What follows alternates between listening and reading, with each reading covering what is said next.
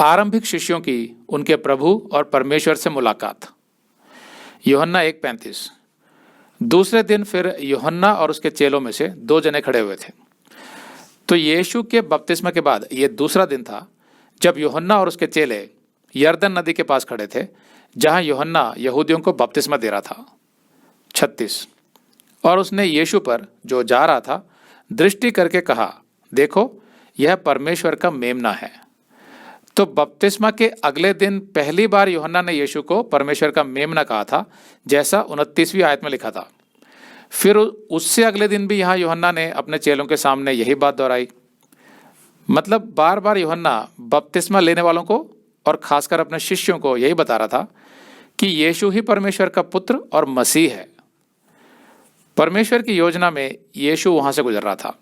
मतलब यह चित्र था कि अब यूहन्ना की सेवकाई का अंत हो गया है और यूहन्ना के शिष्यों को यीशु के पीछे जाना है। यूहन्ना स्वयं को महान नहीं बनाना चाहता था।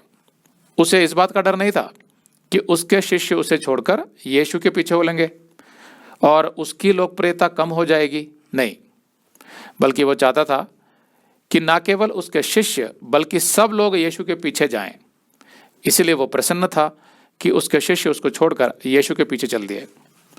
अब इसको कहते हैं परमेश्वर का सच्चा दास, जो अपने लिए नहीं जी रहा था बल्कि परमेश्वर के लिए जी रहा था। आजकल के जो प्रचारक हैं देश में और विदेश में, आप देखेंगे कि वो ऐसे ऐसे संदेश देते हैं और ऐसे ऐसे कारनामे करते हैं ज़्यादा से ज़्यादा भीड़ इकट्ठी करने की और फेमस होने की, लोकप्रिय होने की। तो उसमें वो बहुत से गलत बातें भी सिखाते हैं, चंगाई को लेकर, पवित्र आत्मा को लेकर।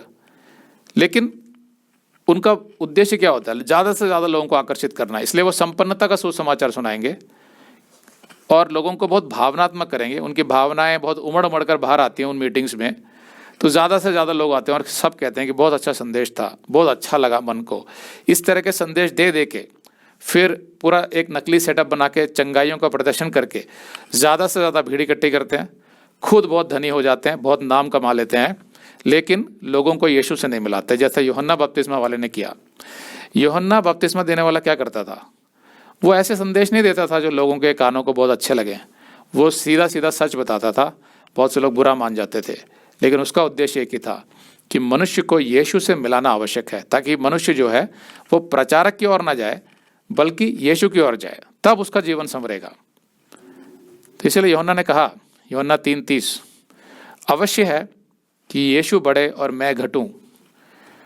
आज के जो फेमस प्रचारक हैं, जिनके पास हजारों की भीड़ इकट्ठा होती है, जो बहुत धनी हैं, बहुत फेमस हैं, उनमें से कितना ऐसा सोचते होंगे कि यीशु बढ़े और मैं घटूं?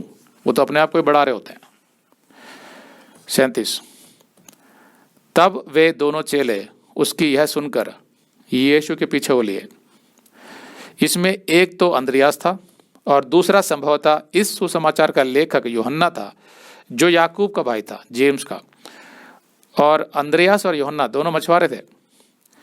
ये दोनों यीशु के पीछे हो लिए। तो यहाँ पीछे होने के 2 अर्थ हैं। एक तो सिंपल है, जैसे वे यीशु के पीछे पीछे चल दिए, और दूसरा वे अब यीशु के शिष्य बन गए और उनकी निष्ठा, स्वामी भक्ति अब यीशु के प्रति हो गई। पहले वो यूहन्ना के शिष्य थे, अब वो यीशु के शिष्य बन गए। अगर आप ये संदेश पूरा देखना चाहते हैं तो आप इसे हमारे वेबसाइट hindiBiblestudy.com पर देख सकते हैं। ये वीडियो हमारे फरवरी के वीडियोस में अपलोड किया हुआ है, तो जिनके पैकेज में भी फरवरी का महीना शामिल है, उनको ये वीडियो उनके माई अकाउंट में फरवरी के वीडियोस में मिल जाएगा। अगर आप हमारे वीडियो फोन पर देख रहे हैं तो अच्छी स्पीड के लिए कृपया गूगल क्रोम या मोजिला फायरफॉक्स ब्राउजर इस्तेमाल करें। तो इनको डाउनलोड करने के लिए आप प्ले स्टोर में जाएं और ऊपर गूगल क्रोम टाइप करें। फिर आप गूगल क्रोम ब्राउजर पर क्लिक करें और उसे इंस्टॉल करें। ये एकदम फ्री है।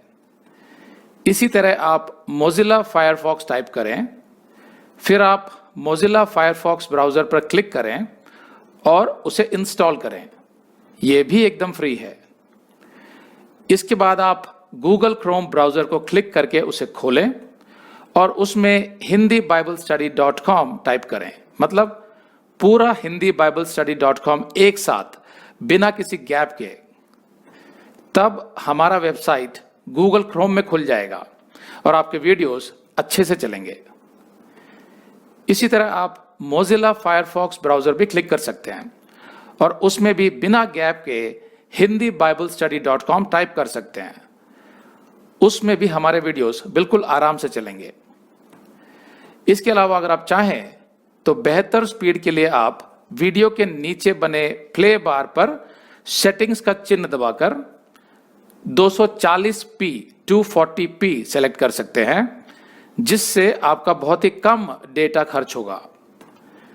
240 सेलेक्ट करने के बाद आप वीडियो के बाहर कहीं भी क्लिक कर दीजिए, फिर वीडियो को पीछे ले जाकर शुरू से देखिए।